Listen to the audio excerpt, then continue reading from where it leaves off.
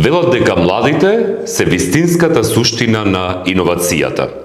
Добре дојдовте во овој посебен подкаст, ќе го наречеме, каде што токму со младите ќе имаме можност да разговараме за толку многу значајни теми, за кои што, верувајте ми, ќе сакате да останете во следните минути, да бидете со нас и да не проследите, бидејќи наградите за младинско учество се тие кои што ни се во фокусот на вниманието. Во категоријата на младински организации, организации за млади и чадор организации, добитници на наградата за младинско учество беа Сдруженијето на граѓани Младите можат и заедно со нас е Анита Николовски, извршната директорка на Младите можат, и со неја ќе разговараме токму за прашањата кои што се значајни и за идните генерации млади и за тие сега. Анита, се надам дека си добро. Да, супер. Повели, ова мене нема да ми треба, ме фаќа и од тука.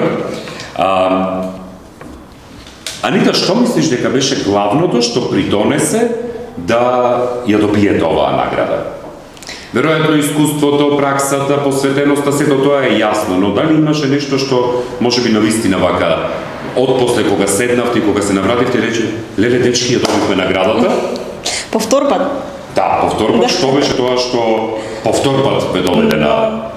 Па што беше тоа? Да, искуството, работата, сите ние сати, нели после работно време за викенди и обуки, еден куп на млади со кои што сме работеле, меѓутоа она што е можеби најпосебно би рекла оној директен контакт што го имаме со млади, затоа што сме младинска организација, млади луѓе кои останале во земјава за да направат нешто, иако можеби сите сме имале некаква можност да се заминеме и да направиме нешто повеќе за себе, ама целата онаа мотивација да работиме со младите луѓе, да работиме директно, бидејќи пристапот нас навистина ни е директно со младите. Младите почувствуваат некаква сигурна средина во нашите супер канцеларии Youth Friendly кои што се тука во центарот на Скопје, да можат кога сакаат да ни се обратат, да дојдат кај нас, да поразговараат, да се чувствуваат слободно и можеби тој простор што сме го возможеле да го имаат младите, меѓутоа и сигурноста која што чувствуваат да ни се доверат можеби за различни работи за кои што можеби не зборуваат на училиште или со нивните врсници или со родителите,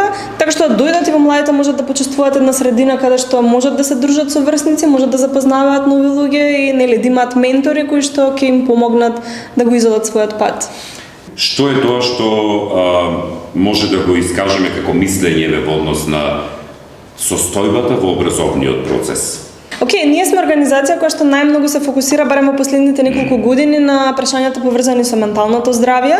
За тоа ќе прашам посебно. Да, меѓутоа и кариерниот развој кај младите. И што е она што можеби во образовниот, во формалното образование не достига, па ние се обидуваме малку на порен формален начин, приближувајќи ги и преку работа со сите оние неформални начини на образование да ги доближиме до младите и да опфатиме вакви теми кои што образованието ги заборава, кои што не секогаш се опфатени нели во стандардните курикулуми. Така што опфаќањето на нови теми, меѓутоа и работата на младите на лични вештини, да се осознаваат себе си на личен и професионален план, се со цел да можат да вратат во заедницата и да се активираат.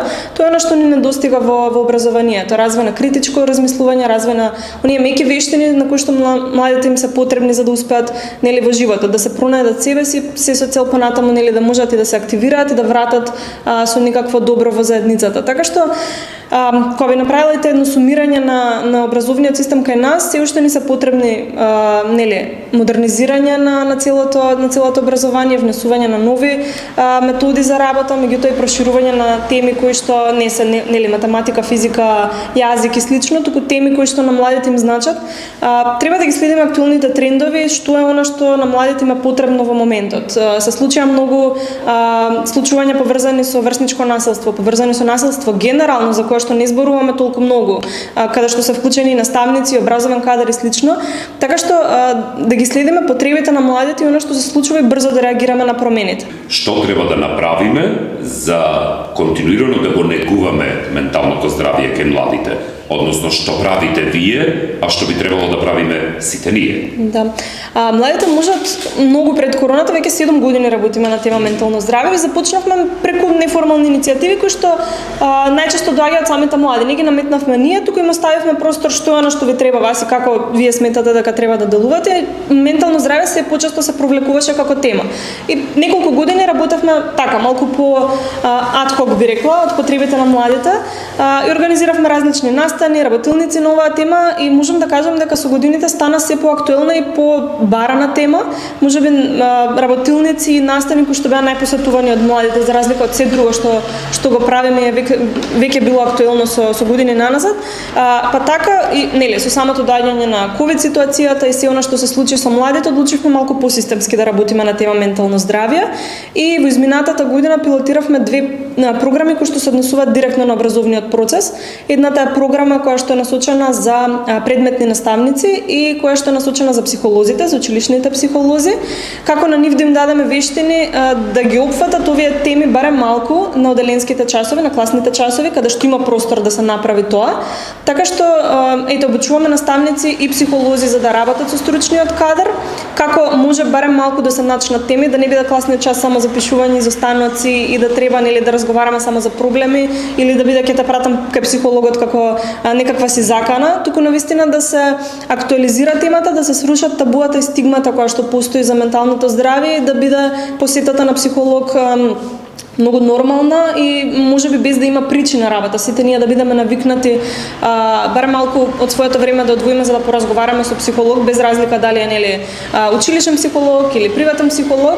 Така што тоа е едната програма, а втората програма е врсничка едукација, односно млади за млади. Имаме обучени врснички едукатори кои што опфаќаат теми преку кои што нели промовираме на ментално здравје, како е потребно младите да се грижат за менталното здравје, меѓутоа и како врсниците помеѓу нив да размислуваат за теми како врски односи, како нели превенција, посета на психолог, сервиси и слично.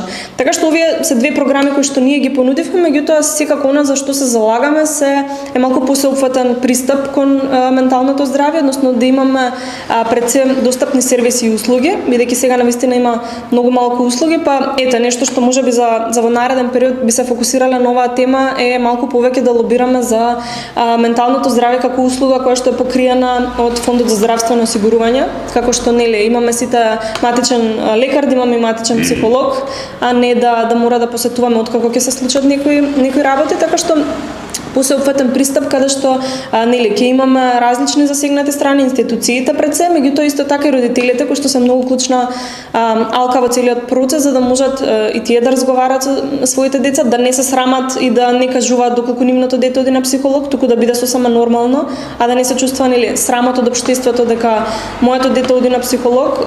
За од друга страна многу често се случува и во истражувањата кои што ги правиме да младите кажуваат дека мораат од својот џепарац да собираат пари за да платат приватна сесија на психотерапевт, така што да не биде така, да можат слободно да го кажуваат ова на родителите без да кријат и сите се чувствуваат нели слободно. Така што би заокружила дека да бидеме свесни, да ја рушиме стигмата и можеби со мали чекори да правиме големи промени. Веројатно праксата вам ви покажала, па и статистиките така велат дека неформалното образование придонесува за поголемо младинско информирање, ама и младинско учество. И да речеме и во самото општество и активизам кој што би придонел повеќе на локално и на национално ниво. Дали вам праксата ви покажува преку овие програми две клучни кои што ги имате?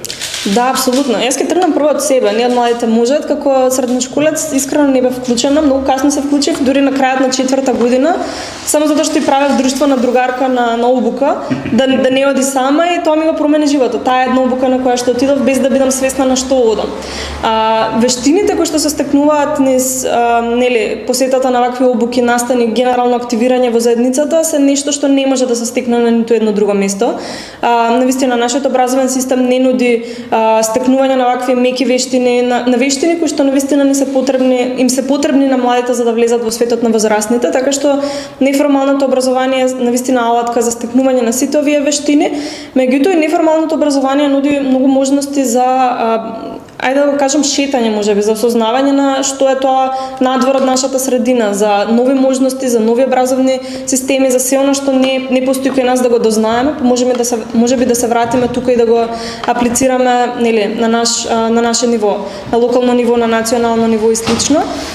Така што би рекла дека неформалното образование нуди огромни можности за личен и професионален развој за младите да се пронајдат каде сакаат да бидат и нуди можности за постојано постојано надоградување. Не е материја која што се учи еднаш и тоа е тоа, туку е материја која што треба постојано да се надоградува и без разлика колку сме млади или возрастни, верувам, нели, во потребата сите ние постојано да инвестираме во себе, во надоградба на нашите лични вештини и нели, секако барем малку да се обидеме да бидеме активни, совесни граѓани, да нашиот потенцијал и она што ние го носиме малку да го инвестираме во заедницата, да вратиме назад, да волонтираме дел од нашето време и нели да направиме нешто добро за сите нас.